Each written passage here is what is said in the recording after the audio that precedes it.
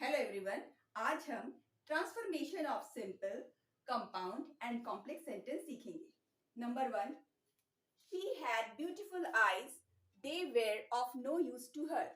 उसकी खूबसूरत आंखें थी, वे कोई काम की नहीं थी।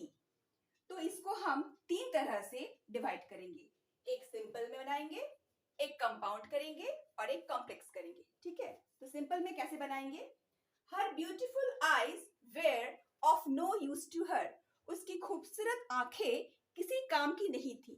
यहाँ पर हम देखते हैं कि यहाँ पर केवल एक ही इंडिपेंडेंट क्लॉज का व्यवहार किया गया है। तो इस तरह से हम इस दो सेंटेंस को जोड़कर एक सिंपल सेंटेंस बनाएंगे। अब हम इसको कंपाउंड सेंटेंस में किस तरह से बदलेंगे? She had beautiful eyes but they were of no use to her. उसकी खूबसूरत आंखें थी पर वह किसी काम की नहीं थी। तो यह एक इंडिपेंडेंट क्लॉज है। She had beautiful eyes, they were of no use to her, यानी यहाँ पे दो इंडिपेंडेंट क्लॉजेस हैं और इन दोनों को जोड़े हुए है हमारा कोऑर्डिनेटिंग कंजक्शन।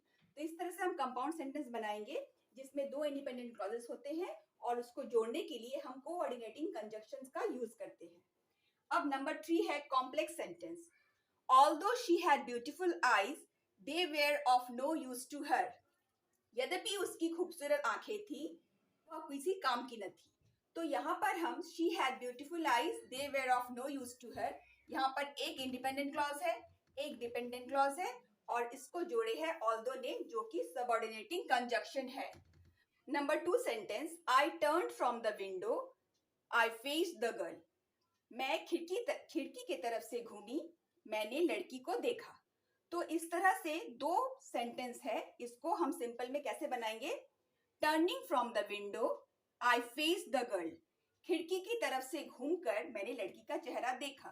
तो ये सिंपल सेंटेंस भी हम यहाँ पे टर्निंग यूज करेंगे, क्योंकि मैंने अपने सिंपल सेंटेंस में जो बनाई थी उसमें मैंने बताया था कि एक काम के बाद अगर दूसरा काम हो तब उस वक्त हम जो हमारा मेन वर्ब है उसको हम आईएनजी लगाकर उसको इस तरह से बना सकते हैं सिंपल सेंटेंस में। तो ये क्या बनेगा? Turning from the window, I face the girl. तो इस तरह से हम इसको सिंपल सेंटेंस में बदल सकते हैं। अब इसको कंपाउंड कैसे बनाएंगे? आई turn from the window and I face the girl. मैं खिड़की की तरफ से घूमी और लड़की का चेहरा देखा। यहाँ पर हम दो इंडिपेंडेंट क्लॉजेस का यूज करेंगे और यहाँ पर एंड जो है हमारा वो कोऑर्डिनेटिंग कंजक्शन को इन दोनों सेंटेंस के बीच में लगाकर इसको जोड़ते हैं, तो अब ये कंपाउंड सेंटेंस बनती है। अब नंबर 3 जो है, ये नंबर 2 जो सेंटेंस का हम लोग कॉम्प्लेक्स किस तरह से बनाएंगे? As I turn from the window I face the girl.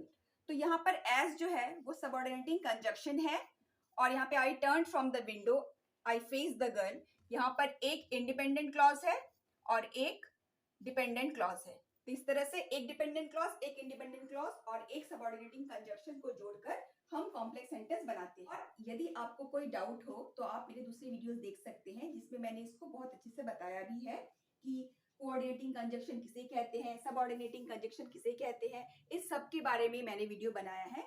तो आप प्लीज जाके वो चेक करें और बिल्कुल ना घबराएं, क्योंकि ये क्लास 10, 11, 12 के सिलेबस में है और बहुत बार बच्चे घबरा जाते हैं, पर घबराने की कोई जरूरत नहीं है।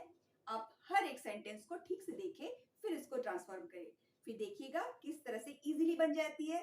तो फिर आज के लिए बाय।